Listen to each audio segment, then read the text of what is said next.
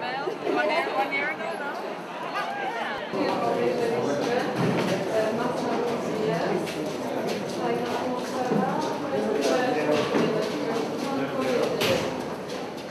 Maybe I can start speaking about the series of Telematch. The name is taken from a German program that was very, very famous in the 80s. Basically, it's about bringing two German towns or two German cities together to compete in a very, very funny humor competition.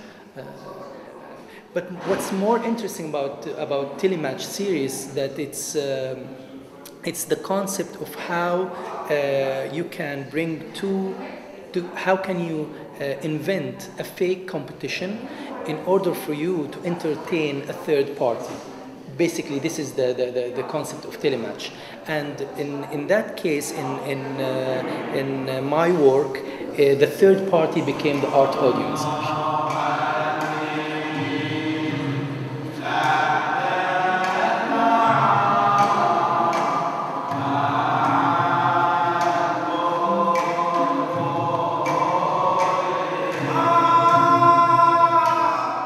After Telematch series, it became more into the way we write history.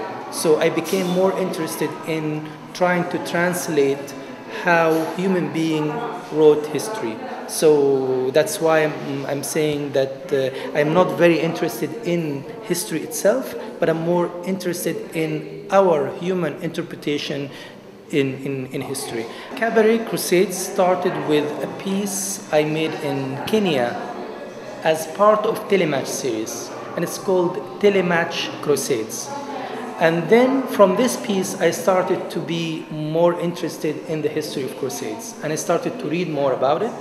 And when I found the book by the Lebanese writer Amin Malouf, The Crusades Through Arab Eyes, I found that this is really can be the starting point of this bigger production, basically. And by searching more and more and more, I started to hear more in my mind the word of manipulation, basically, because of this type of history. From the title, which is The Path to Cairo, it's maybe it shows that it has something to do with Cairo, but in this film, Cairo does not really exist. But it speaks about almost 46 years of the history right after the Crusaders entered Jerusalem, 1099, until the death of someone called Ahmad ad-Din Zenki.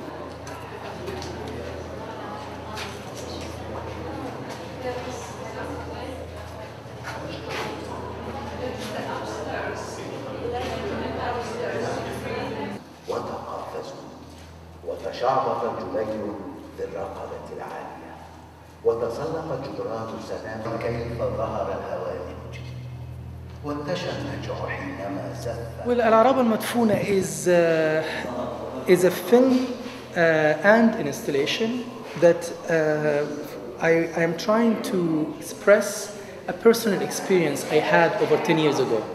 I was invited to go to a village called Araba Al Madfuna. In this village, they, of course, like many of the Upper Egypt villages, they dig to try to find pharaonic treasures underground, and then this is really happening maybe inside many houses. So I was in one of these houses for about maybe 10 days, and I was, during this visiting, I was just watching the digging and the conversation between people. So this is basically a translation for this experience that is happening in 10 years ago.